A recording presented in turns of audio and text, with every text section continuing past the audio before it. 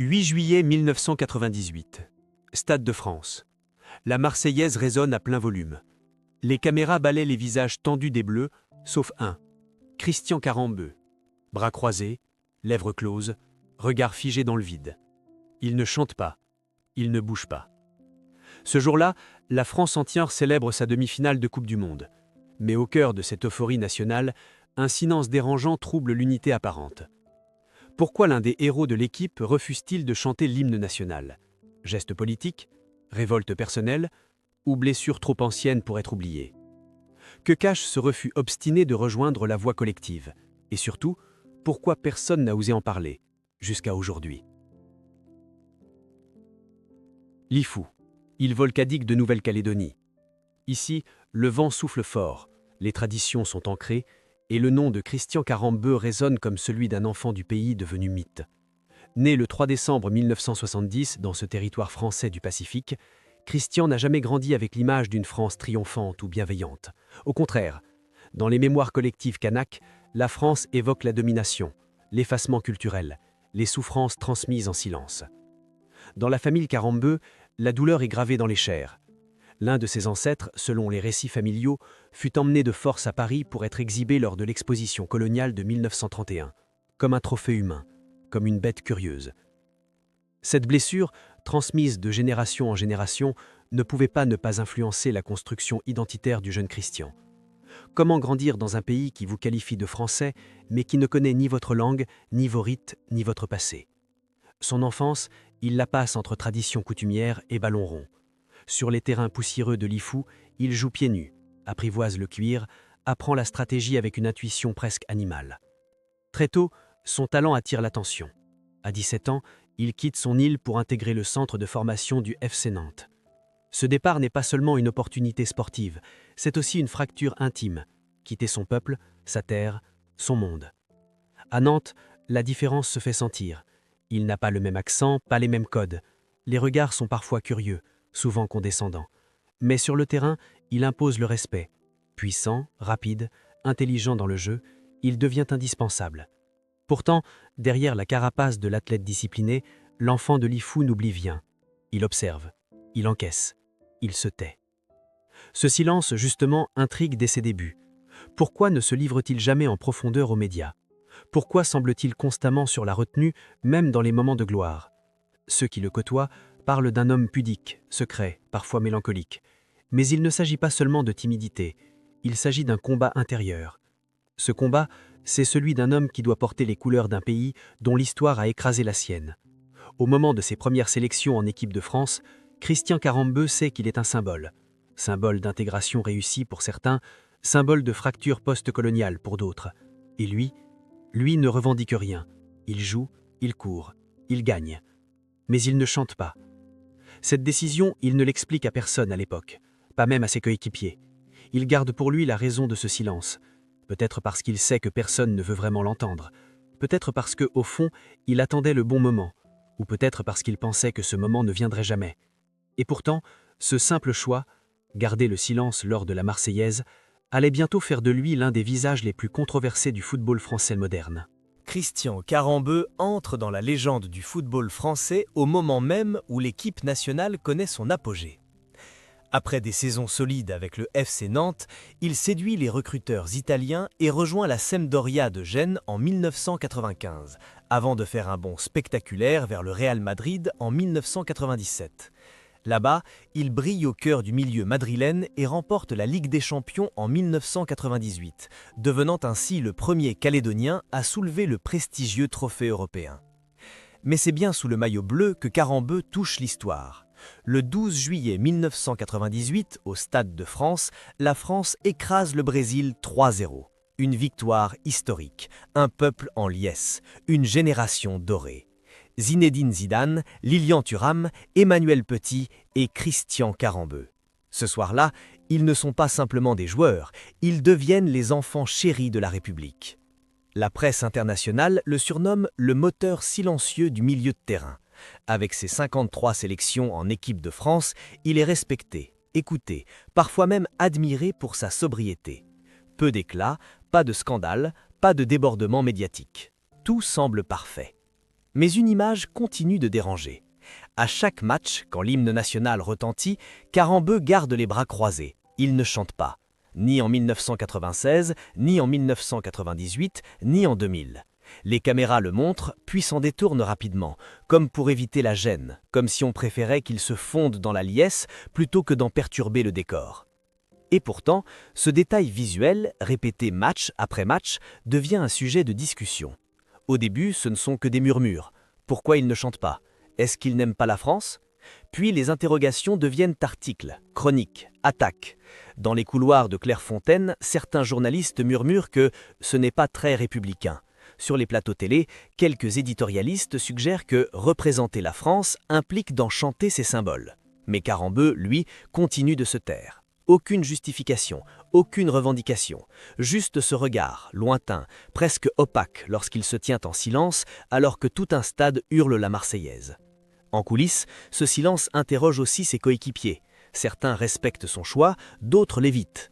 Aimé Jacquet, le sélectionneur mythique de 1998, ne commente jamais publiquement ce sujet, mais l'on sait qu'il avait imposé une règle officieuse, pas de débat sur les hymnes dans le vestiaire. Un tabou, un équilibre fragile qu'il fallait maintenir à tout prix. La fracture devient plus nette après la victoire de 1998. Alors que les Français célèbrent une équipe black-blanc-beurre, symbole d'unité et d'intégration, certains observateurs soulignent que cette unité est factice, et Karembeu devient malgré lui l'un des visages de cette ambiguïté. Il incarne une autre réalité, celle d'un héros national qui ne se reconnaît pas dans les symboles de la nation. Et cette réalité dérange. Elle remet en cause le récit officiel. Elle introduit une dissonance au sein de la mélodie patriotique. Les années passent, mais l'image reste. À chaque anniversaire de la victoire de 1998, à chaque rétrospective, les images repassent, et avec elles, les mêmes questions, les mêmes malaises. Car Karembeu, tout en étant un héros sportif incontestable, refuse toujours d'entrer dans le moule.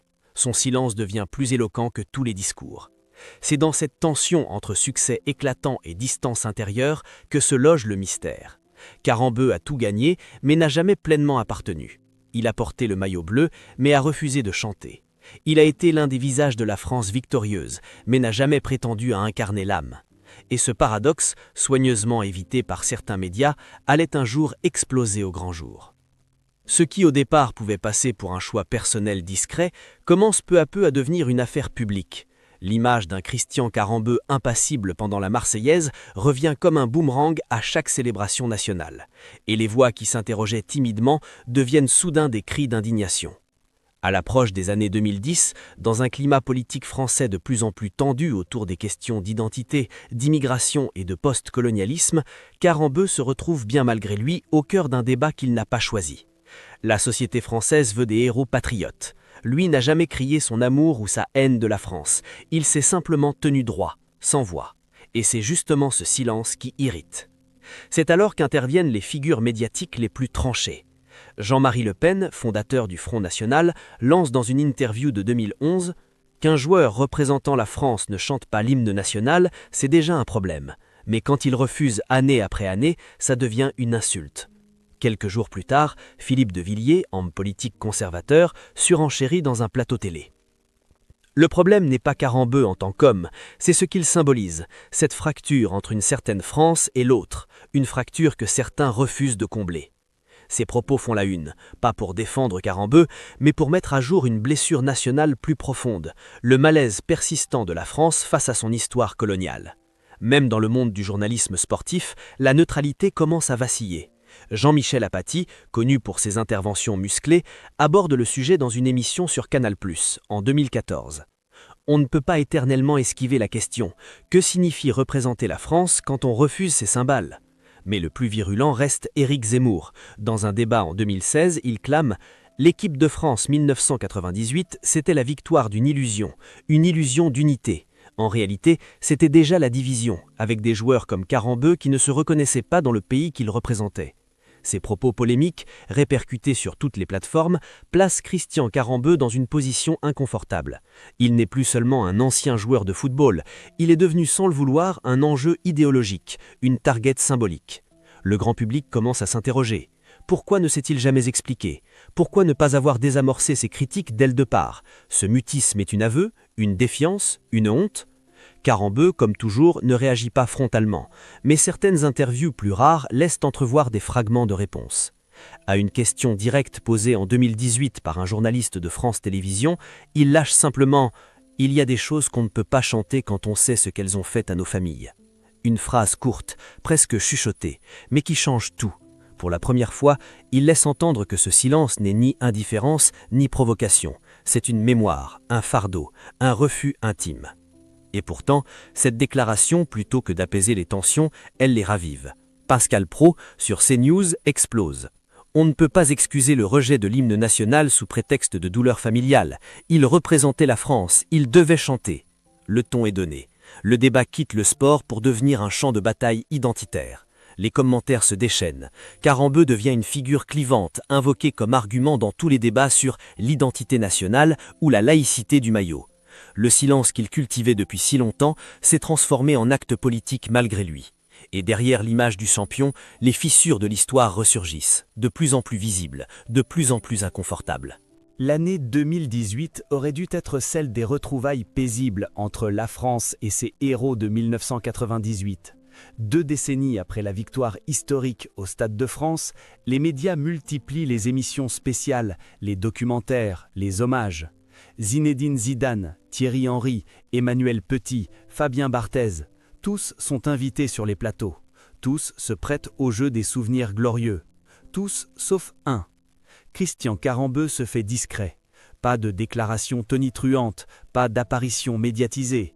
Lorsqu'on lui tend un micro, il parle de football, de projets humanitaires en Nouvelle-Calédonie, mais il évite systématiquement la polémique autour de la Marseillaise. Et pourtant, cette fois, le silence ne suffit plus. Le 9 juillet 2018, lors d'une émission sur Europe 1 consacrée aux 20 ans du Sacre, Jean-Marie Le Pen relance la polémique. « Je n'ai jamais compris que l'on accepte qu'un joueur de l'équipe nationale refuse de chanter l'hymne. C'est une honte, une provocation. » Ces mots sont tranchants, mais ils trouvent un écho immédiat. Dans un climat où les tensions identitaires sont déjà exacerbées, cette sortie enflamme les réseaux sociaux. Certains internautes s'en prennent directement à Karembeu. Qu'il retourne en Calédonie s'il n'aime pas la France, héros de pacotille, l'ingratitude personnifiée. Des journalistes tentent de défendre l'ancien joueur, d'autres enfoncent le clou.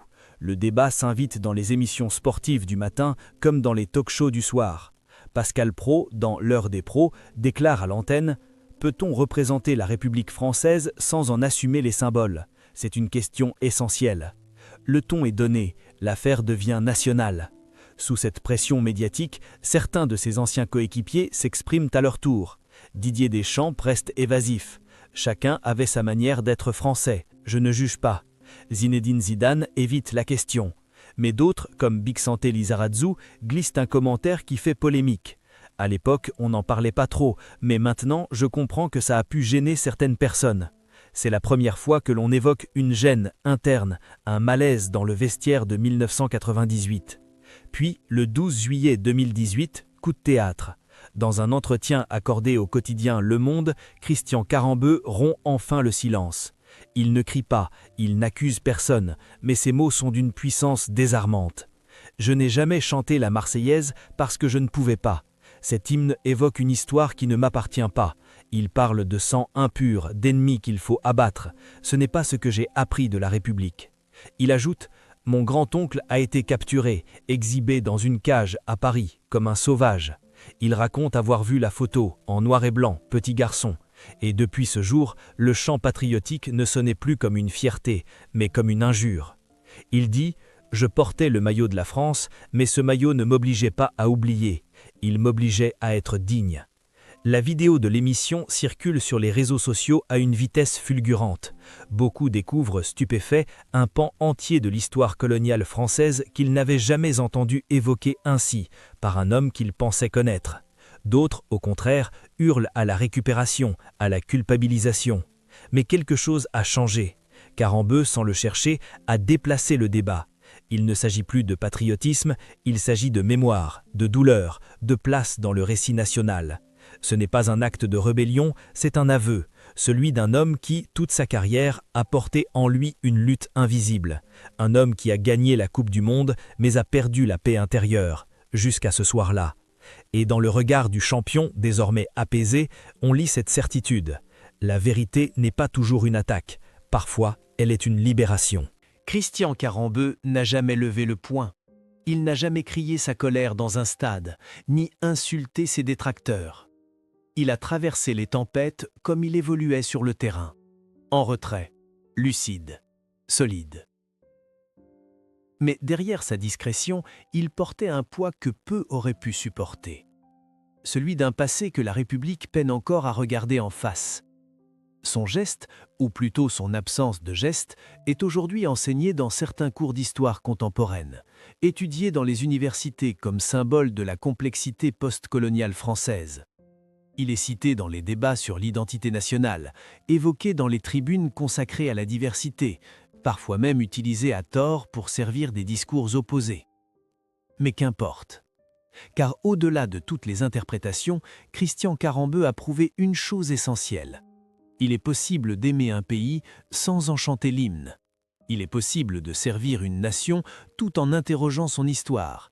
Et surtout, il est possible d'être un héros sans jamais lever la voix. Il ne cherche pas la réhabilitation ni la reconnaissance. Son combat ne vise pas à convaincre, mais à exister dans sa vérité. Une vérité silencieuse, longtemps incomprise, souvent rejetée, mais désormais posée sur la table. Aujourd'hui, alors que de nouveaux visages émergent dans le football français, que d'autres jeunes issus d'outre-mer enfilent le maillot bleu, l'histoire de Carambeu résonne comme un avertissement et une leçon. Car poser la main sur le cœur ne suffira jamais, si le cœur, lui, n'est pas entendu. Et alors que les stades continueront de vibrer au son de la Marseillaise, peut-être qu'un jour, la France prêtera l'oreille à ceux qui, comme Christian Carambeu, ont choisi de garder le silence, non pas par rejet, mais par fidélité à une mémoire plus ancienne, plus profonde, plus oubliée. Et vous ? Qu'est-ce qui fait de vous un véritable enfant de la République ? Chanter plus fort ou oser dire ce que l'on ressent vraiment ?